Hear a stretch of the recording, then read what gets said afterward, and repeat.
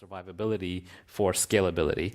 And so now there's a whole generation of startups that are trying to solve the scalability problem. And so we back teams that do that. You've also, of course, started AngelList. And AngelList, among other things, really tried to democratize venture capital, democratize investing in startups. I'm curious how you think about inequality as it relates to crypto blockchain, wealth inequality, social inequality. Yeah, I mean, you got to unpack the word inequality, because some people use it to mean inequality of opportunity and some people use it to mean inequality of outcome. So equal opportunity is, the American dream. It's, in theory, if the American dream works, we all have equal opportunity to get to wherever we want with enough effort. But equal outcome is quite the opposite. I mean, that's what you get in North Korea, right? So you have to be very careful about differentiating between the two, because free people make free choices. And if you make different choices, you'll get different outcomes, and they will be unequal outcomes. And now we're living in an age of tremendous leverage. So if you make the choice to start a social network while you're a student at Harvard, you might be Zuck and you might make billions of dollars. But if I make the choice to start, like a location tracking network, 3 years ago, that goes to zero. Or if I make the choice to go study medicine, that's unleveraged. So we are seeing very unequal outcomes because of the huge amount of leverage in the system. So I think that what blockchains do offer is they do offer equal access. Anybody can go and contribute to the Bitcoin blockchain or the Ethereum blockchain. Anyone can contribute code to it. Anyone can contribute resources to it. And I'm not even just talking about good old-fashioned inequality or equality of opportunity in the USA. I'm talking about globally.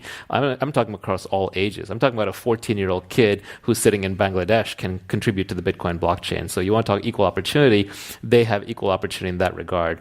But on the other hand, in no way does it promise equal outcome. It's a meritocracy, and meritocracies have winners and losers.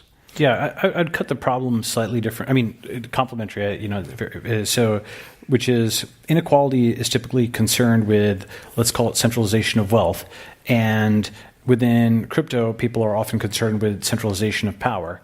But those are actually very related things. And, what I'm optimistic about blockchains for is they give us a way as a community to fork off.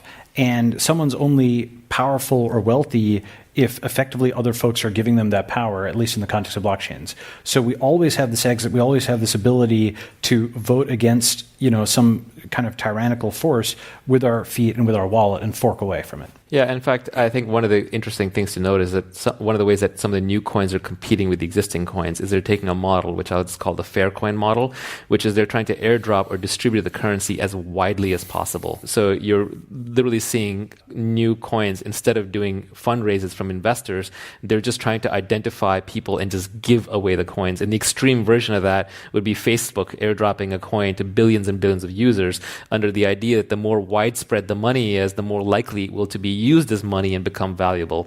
As opposed to today, we're sitting in a system where land ownership goes back hundreds or thousands of years based on whose great-great-great-grandfather got there with a gun first. So that's an unequal system. It's far more equal to reset the wealth and redistribute, and then hope if you can get into enough hands that you can respark what money really is. Today, for example, the way the Federal Reserve distributes money is they basically drop it to the banks, who have extremely sticky fingers and then slowly bleed it out in the economy. Is that the best way to distribute money? I'm not so sure. So I think at least with blockchains, we get to test new models of equal distribution of resources. This is perhaps another version of a purity test. But I'm curious, what would need to be true, or what facts would have to emerge in order to change your mind on some of these topics and maybe not become a crypto maximalist anymore? You say, you know what, maybe this is not going to have that much big of an impact and I shouldn't spend that much time on it. What do failure modes look like here? I would say if there's some fundamental heretofore undiscovered security issue, that's the kind of thing and what I mean by that is not something that can be patched, right? But